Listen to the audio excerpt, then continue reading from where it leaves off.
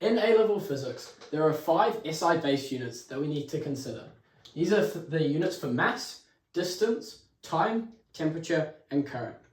From these, we can work out the SI units for equations and constants. When you're asked to do this, you must be sure that you only use the units that we're about to show you and nothing else. Otherwise, you'll lose marks. So the unit for mass is the kilogram. The unit for distance is the meter. The unit for time is the second. The unit for temperature is Kelvin. Notably, it is not degrees C, so make sure you don't do that. And then the unit for current is the ampere.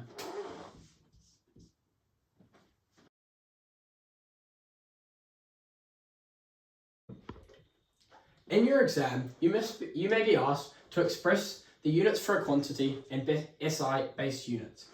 To do this, start with the equation. So for velocity here, we know velocity is equal to distance over time.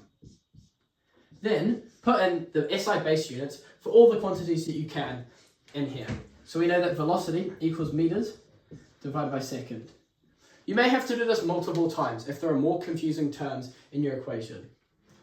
Instead of writing over seconds, we can express this as seconds to the minus 1. So we have meters, seconds to the minus 1. This is velocity's units expressed in base units.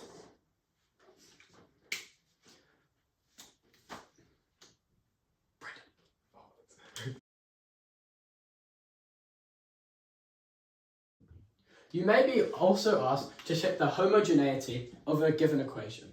In this case, we're going to be looking at the time period of a pendulum is equal to 2 pi times the square root of L over G. To check the homogeneity, you have to consider if the units on each side are the same. If we look at the left-hand side, we see the units of time period is seconds. Therefore, if the units of this right-hand side are also seconds, the equation is homogeneous. Right, if we consider the right-hand side, we have 2 pi times the square root of L over G. 2 pi is a constant and doesn't have any units, therefore we can ignore it. So we have the square root of L over G. We can now write this in SI base units. So we have length is meters and gravity is meters per second squared.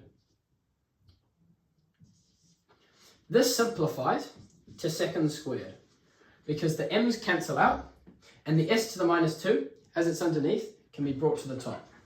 Therefore, we have the square root of seconds squared. The square root and squared sign cancel out. So we have the units of the right-hand side is seconds. This is equal to the left-hand side. Therefore, the equation is homogeneous.